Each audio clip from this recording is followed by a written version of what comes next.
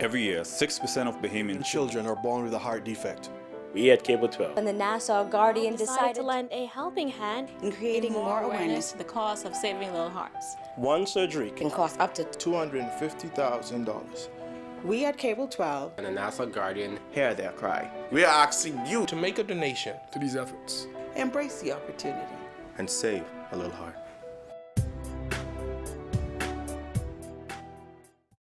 Good evening, Bahamas. You're tuned into NB12, broadcasting from Cable 12 studios on Robinson Road.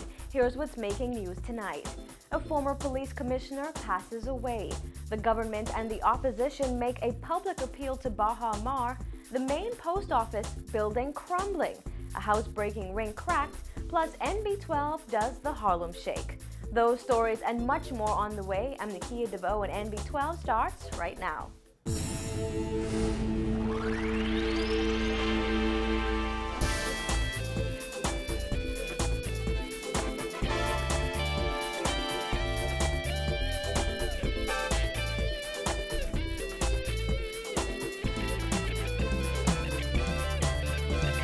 Thanks again for joining us here at NB12. The Royal Bahamas Police Force is in mourning following the death of former Police Commissioner Bernard Kenneth Bonamy, who passed away today at Princess Margaret Hospital. He was the longest-serving police commissioner in an independent Bahamas. He was 67 years old.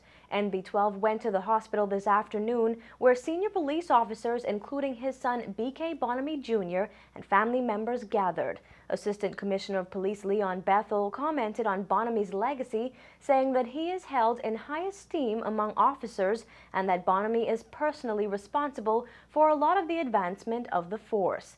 Bethel recalled that he was a disciplinarian that assisted in the development of many officers. Deputy Prime Minister Philip Brave Davis sending his condolences to the family, calling him a great hero who had brave loyalty to country in his valiant continuous fight to protect Bahamians. Police have not said what he died from. He joined the RBPF in 1963. In 1965, Bonamy was elevated to Lance Corporal, then Inspector in 1971. In 1987, after 24 years of service, he was appointed Commissioner. He was called to the Bahamas Bar in 2001 and retired from the force that same year. Again, B.K. Bonamy was 67 years old. Well, Prime Minister Perry Christie keeping quiet about last Friday's meeting with Baha Mar Chairman and CEO Sarkis Ismerlian following the termination of 140 Wyndham employees. However, the Prime Minister used the mega resort's topping off ceremony yesterday to make a public address to Ismerlian on the treatment of Bahamian workers.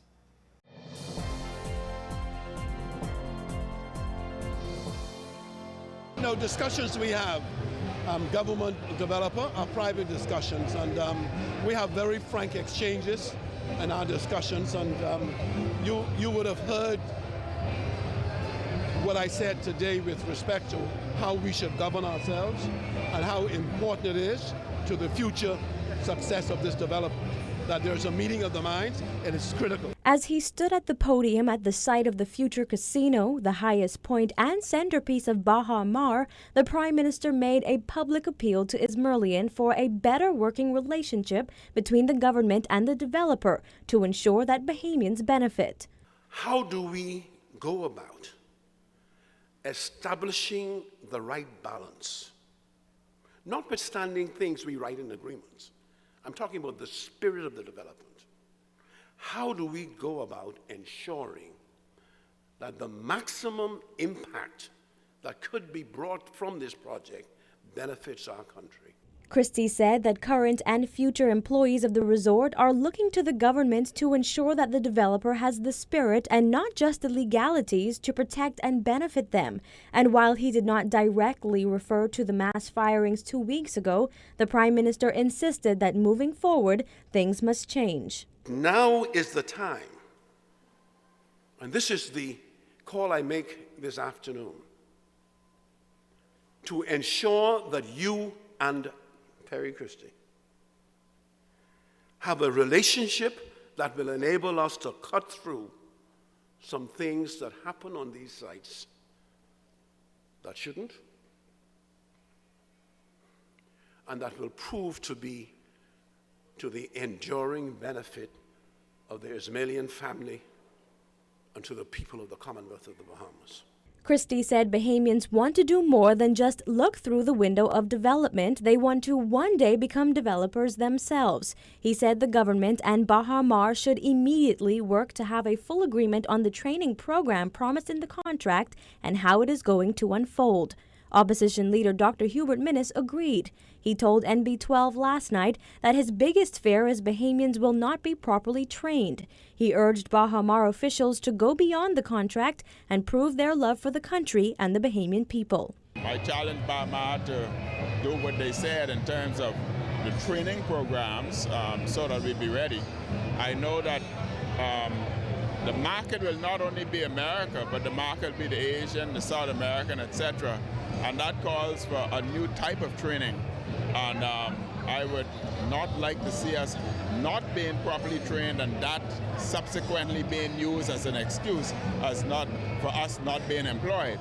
And therefore I challenge them, and both opposition and government will be watching to ensure that Bahamians are incorporated and are prepared for the opening of the process so that we won't be marginalized and no excuse are used. But Christie and Minnis also applauded Ismerlian for a project they both feel will employ and benefit scores of Bahamians. The Prime Minister acknowledged that Ismerlian has been heavily criticized recently and encouraged Bahamians to recognize and understand the value of his contribution to the country. Well, their comments came during the celebration of Baha Mar's topping-off ceremony last evening, and while we showed you some of the ceremony in last night's newscast, you did not see all of the celebration. After the speeches were over, guests were taken downstairs and escorted to a different area of the construction site by the Valley Boys Jankanu Group for more celebrating.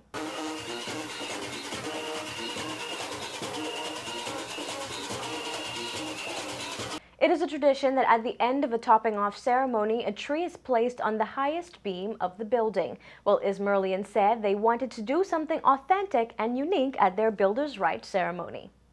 So we have taken our very special alliance with the NAGB as inspiration and decided to top off the Baha Mar Casino and Hotel by placing an original painting of a tree on top of our building.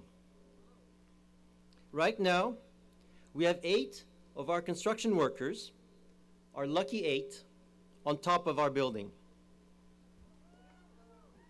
Hi, guys. And while Baha Mar currently looks like this, several separate unfinished structures, special invited guests got a sneak peek at what the resort will look like in just 22 months when it opens its doors in December 2014. Take a look.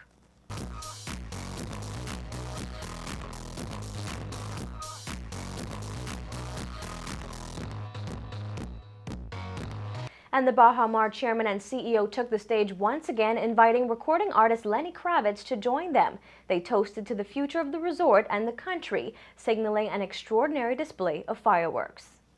The future is bright for Baha Mar, and we're ready to fly away.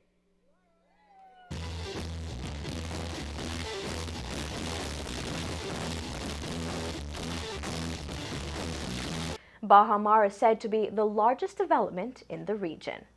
And speaking of buildings, a close call at the main post office has renewed calls for government to address poor working conditions at the building on East Hill Street. Chunks of concrete reportedly fell from the ceiling this morning, forcing nearly 50 workers and high school students to exit the building. They refused to return to their posts until the minister responsible answered their questions on the way forward. She says government will either renovate or demolish the decades-old building. Vonnig Toot reports. Workers at the main post office building left shaken today after one of their colleagues was nearly hit with a piece of concrete twice the size of this one. They say they've been working under deplorable conditions for far too long.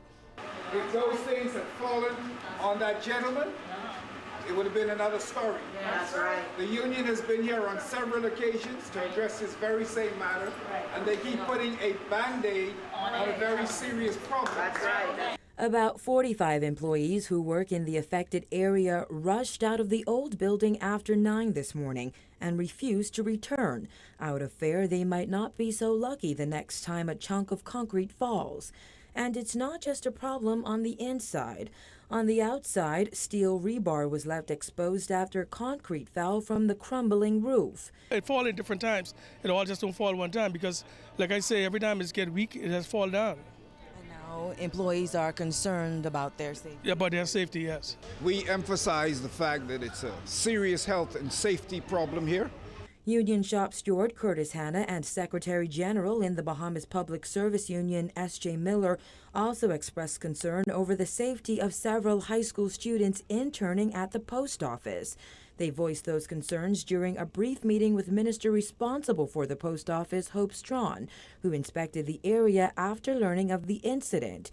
She and Postmaster General Leslie Cartwright informed workers they would be temporarily moved to different departments. It is our hope that the Ministry of